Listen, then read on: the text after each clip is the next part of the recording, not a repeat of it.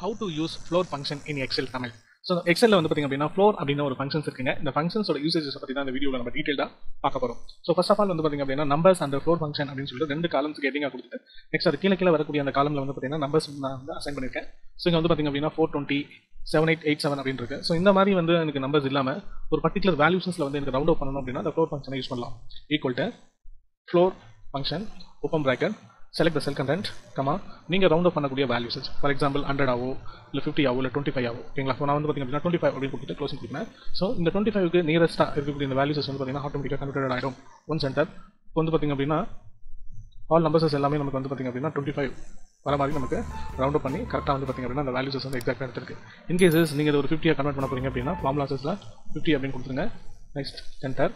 So ஆட்டோமேட்டிக்கா வந்து பாத்தீங்க அப்படினா அங்க 420 இருக்குது. சோ அதுக்கு நியரஸ்டா இருக்குது 50 க்கு வந்து நியரஸ்டா இருக்குது வந்து பாத்தீங்க அப்படினா கன்சிடர் பண்ணி எடுத்துக்கோங்க. இந்த வீடியோ உங்களுக்கு பிடிச்சதா லைக் பண்ணுங்க, ஷேர் பண்ணுங்க.